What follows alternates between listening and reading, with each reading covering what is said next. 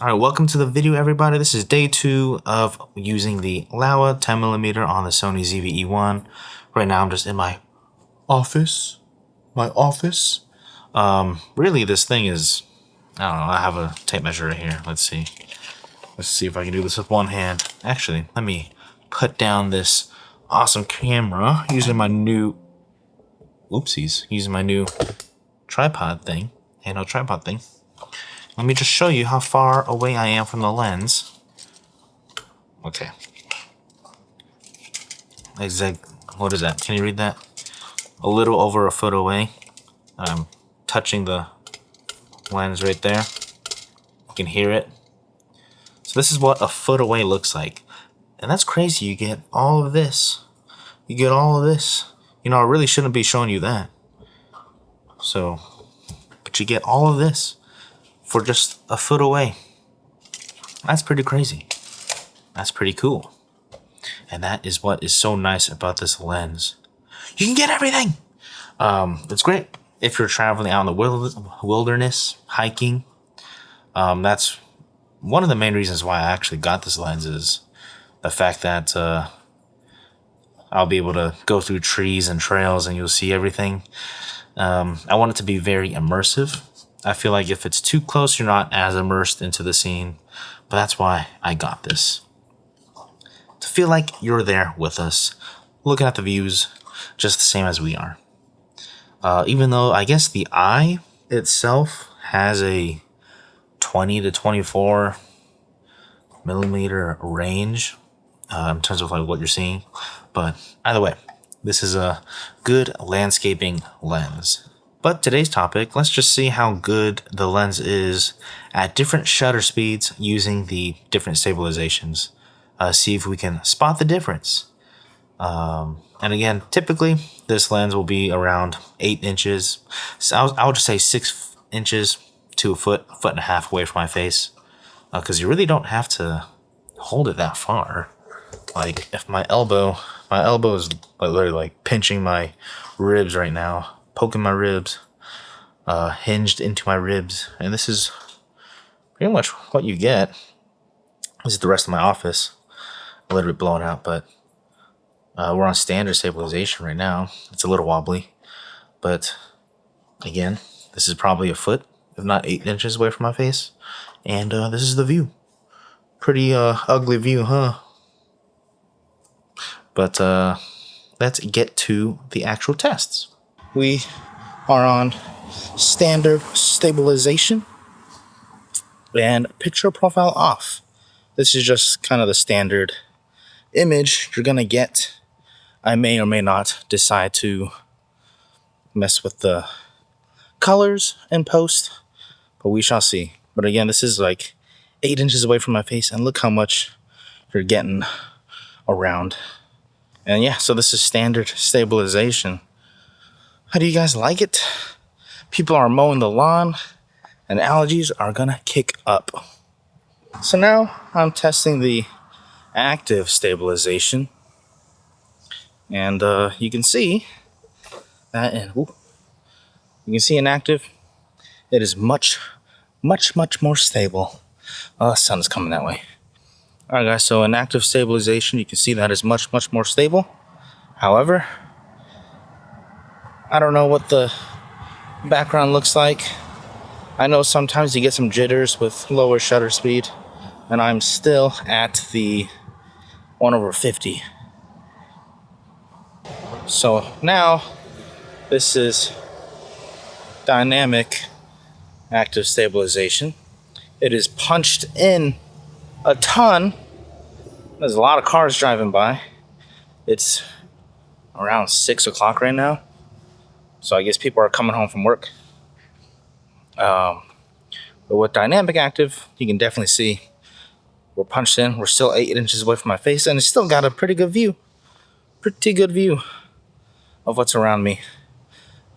So that's pretty good, right? Oh, it's bright. It is bright. How is the stabilization doing?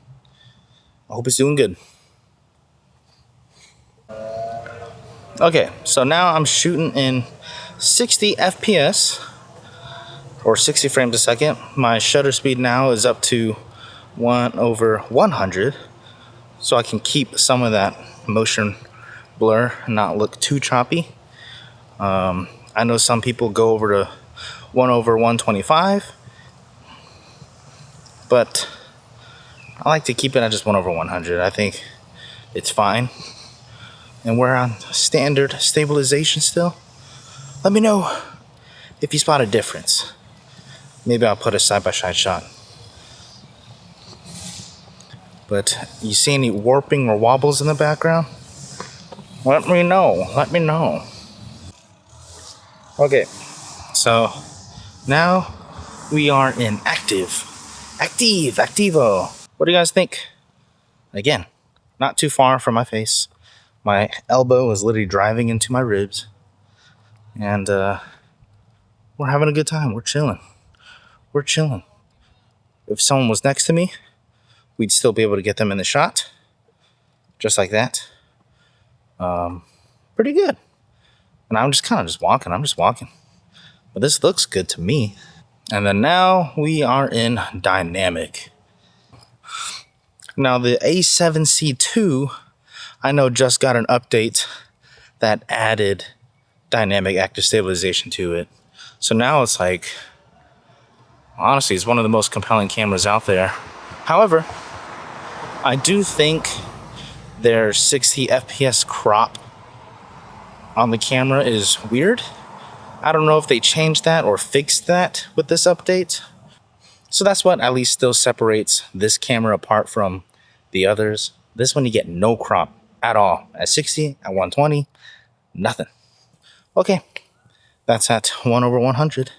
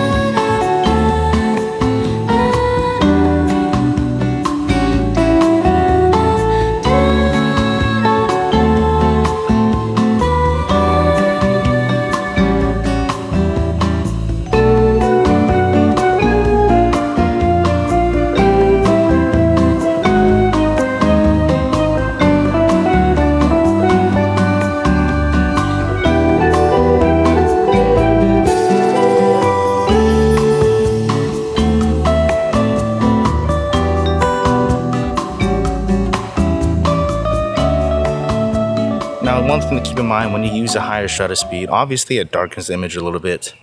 And it's great when it's, outdoor like this. It's pretty much fine because then the ISO can fluctuate where it needs to. But then when you start getting sunset to even and especially at night, you kind of want your shutter speed a little bit lower. And that's where you have a hard decision to make. It's like, do I want more stabilized, prettier footage, but it's going to be darker and potentially, obviously, more noise in the darker spots of your footage, or do you want less noise but at the risk of some interlacing, some of that ghosting that you see when stabilization doesn't get enough light in the image? It's a hard decision to make, but that's only if you're really walking, traveling with the camera. So it's a double-edged sword. I really think there's no right answer, because really it's about the content, it's about the person, it's about what you're trying to get out of the video. Is it great when videos look beautiful? Awesome, it's a plus. But really, like most people say, you don't need fancy stuff to get the point across. So if you're a ZV-E1 user like me, what are your thoughts on this? What do you do to get the image that you want out of your camera? All right, guys, but that is the video today. I'm gonna go out and watch Star Wars Episode 3 in theaters because it is the 20th anniversary. And I haven't seen that movie in theaters, obviously, since I was 10 years old. So I'm gonna go watch it, and we'll catch you in the next Cozy Gear video. Peace.